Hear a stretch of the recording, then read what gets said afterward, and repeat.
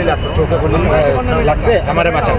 তখন আমি হেরে ধরছি, তখন কিন্তু গুলি অনর্গল গুলি চলতেছে, কন্টিনিউ গুলি চলতেছে এই জায়গাটা থেকে, পুলিশের সামনে থেকে,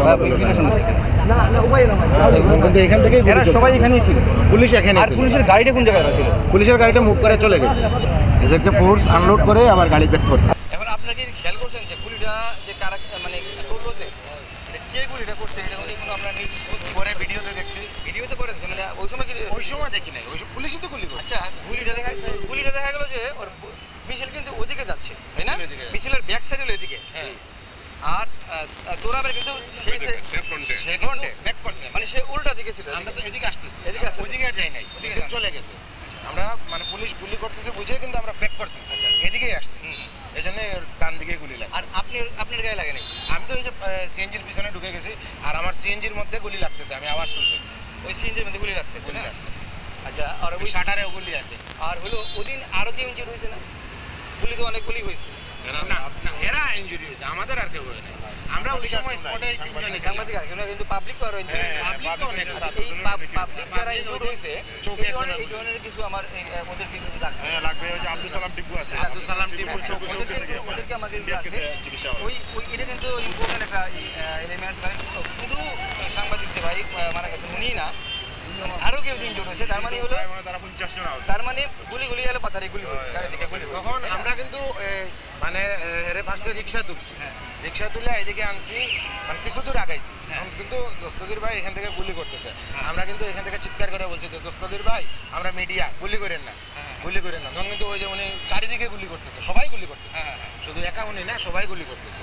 তখন কিন্তু ওনারে বলছি যে আমরা মিডিয়া, তখন উনি বলছে আবার দস্তগীর ভাই বলছে এরে নিয়ে যান। তখন আমরা কিন্তু সিএনজি ড্রাইভারে পাইছি আবার, তখন এরা আবার সিএনজিতে উঠে মেডিকেলে। এখন এই সিএনজিতে উঠে মেডিকেলে কে গেছিলেন? সিএনজিতে মনে মেডিকেল হয়েছে না, মেডিকেল সিএনজিতে গেছে, ঠিক আছে, কিন্তু এটা কে গেছে? এটা এই লোক না মেডিকেল এক্স্যাক্টলি এই লোক এই যে লাগবে এখান থেকে শুধু সিএনজি ড্রাইভারে উঠে। এই কয়টা পয়েন্ট খেয়াল রাখবেন যে আমার দরকার হলো যে আদার্স যারা ইনজুর্ড হয়েছে আমার এই পার্সনটা লাগবে, আর হলো কে তাৎক্ষণিক তাকে মেডিকেলে নিয়ে গেল। মেডিকেল সিএনজি ড্রাইভারে নিয়ে, সিএনজি ড্রাইভার সাথে একজন লোক গেছে, তাহলে ওই সিএনজি ড্রাইভারটাকে লাগবে। তো এটা সিসিটিভি ফুটেজ দেখা আরেকটা কনস্টেবল পুলিশ একজনে যে আমরা ফোন দিছিল মেডিকেল থেকে, আপনারা পুলিশে এই রুবেল না পুলিশ তো ওখানে পাওয়ার পরে রিং দিছে, আমার ওখান থেকে পুলিশে গিয়ে ফোন দিছে, আপনারা আব্দুল রাব্বাই নিয়ে কোথায় গেল? ওসমানী গেছে, তাহলে এমনি নিয়ে গেল কিভাবে?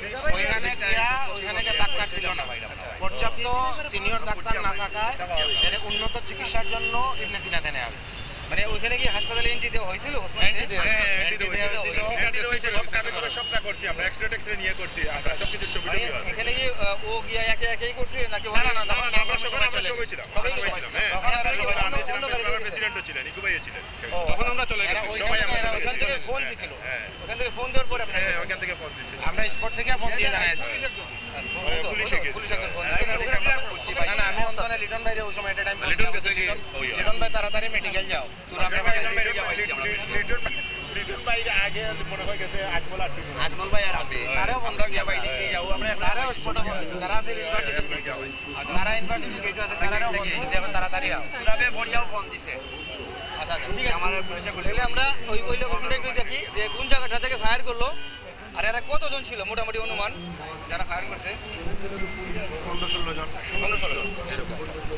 আর মিছিলে কত লোক ছিল?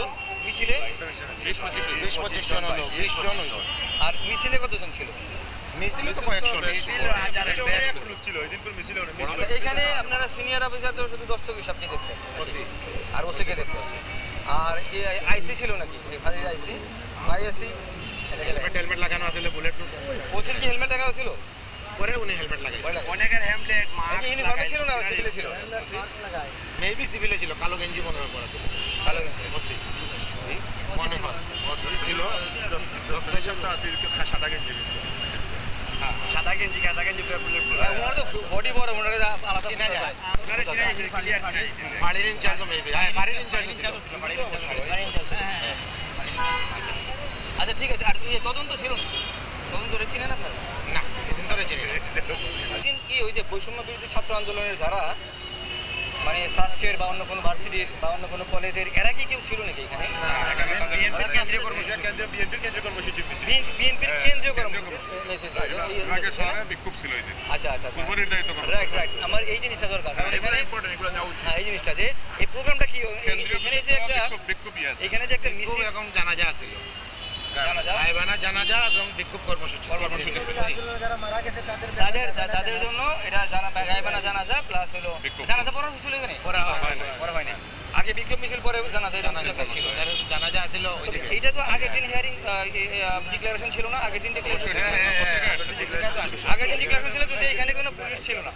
মানে প্রথম ভিজিবল পুলিশ তখন প্রথম ছিল, পরে ভিজিবল পুলিশ আসছে। আগে খালি সিভিলে কয়েকজন ছিল। ঠিক আছে, থ্যাংক ইউ। সাংবাদিক তোরা হত্যা মামলা আমরা মাত্র পেয়েছি, আমরা পিবিআই এর আগে থানা তদন্ত করছে। মামলা কিন্তু দুটো হয়েছিল। একটা মামলা 19শে জুলাই ঘটনার পরদিন 20 তারিখে হয়েছিল, সেটা পুলিশ বাদী হয়ে মামলা করেছিল। পরবর্তীতে আরেকটা মামলা হয় যেটা 5ই আগস্টের পরে যে 20 তারিখে 20 আগস্ট আরেকটা মামলা হয়, যেটা নাকি তোরাবের বড় ভাই আজরফ বাদী হয়ে যে মামলাটা করেছে। তো দুটো মামলাই আমরা পুলিশ হেডকোয়ার্টার্সের আদেশে, প্রথম পুলিশ হেডকোয়ার্টার্সের আদেশে আমরা এটা পাই। তার পরবর্তীতে এটার উপরে আবার বিজ্ঞ আদালতে একটা আদেশ দিয়েছে। তো তার পরিপ্রেক্ষিতে আমরা 6 তারিখে মামলাটা আমরা আমাদের কাছে তারা হ্যান্ড ওভার করে থানা কর্তৃপক্ষ। তো মামলাটা আমরা নিয়ে ডিসকাস করেছি এবং বাদী যে আছে আমাদের যে আজরফ হ্যাঁ, তো তার সাথে আমার গতকালকে প্রথম সাক্ষাৎ হয়, কাজের ভাইয়ের সাথে ছিলেন। তো আমরা আলোচনা করে আজকে সিদ্ধান্ত নিলাম যে আমরা আজকে এখানে এসে এটা মামলার ঘটনাস্থলটা দেখব এবং যারা স্পটে যারা তখন ওই ঘটনার সময় যারা সাক্ষী ছিল তাদের প্রত্যক্ষদর্শী তাদেরকে যাতে এখানে রাখা হয়, কারণ তা না হলে কারণ এই ভাই তো ওই সময় ইনসিডেন্টের সময় ঘটনার সময় এখানে ছিলেন না। কোন দিক থেকে কেউ ফায়ার আসলো, কোন দিক থেকে মিছিল আসলো, কোথায় তোরা বা ভাই রাবি ভাই ওনারা অবস্থান করতেছিলেন বা যারা ছিলেন এখানে, একটা মোটামুটি একটা ধারণা এখান থেকে নিলাম। আজকে তো প্রথম শুরু, তো আমরা দেখলাম আজকে আসলে অনেক এখানে ব্যস্ত রাস্তা, কিন্তু ওই দিন তো আসলে এরকম ছিল। পরিবেশটা শুক্রবার ছিল, আমরা কিন্তু ওই শুক্রবার ওই টাইমে আমরা আবার আসবো। এই ঘটনা ওই সময় এখানে পরিবেশ কেমন থাকে ওগুলো দেখে আমরা সিকোয়েন্সের সাথে মিল রেখে আমরা এটা তদন্ত করব এবং যারা এটার সাথে জড়িত আসামি সে যেই হোক না কেন, যে পর্যায়ে লোকই হোক, সরকারি বেসরকারি যাই হোক না কেন, ওটা কোনো বিষয় না।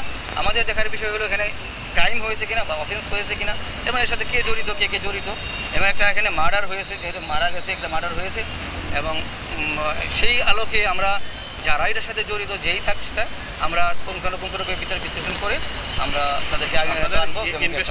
আমাদের ইনভেস্টিগেশনে এইসব এটা জিআর মামলা, এটার মধ্যে একটা মার্ডার কেস, এটাতে ইনভেস্টিগেশনের সুনির্দিষ্টভাবে সময়সীমা বেঁধে দেওয়া নাই। আমরা এটাকে নিরবিচ্ছিন্ন একদম সাউন্ড একটা ইনভেস্টিগেশনের জন্য যা করা প্রয়োজন আমরা তাই করবো এবং যে কদিন লাগে আমরা তবে এটা লং টাইম বেঁধে রাখার কোনো মানে নাই। আমরা যত দ্রুত সম্ভব অ্যাজ আর্লি অ্যাজ পসিবল আমরা এটাকে ডিসপোজ করার চেষ্টা করব।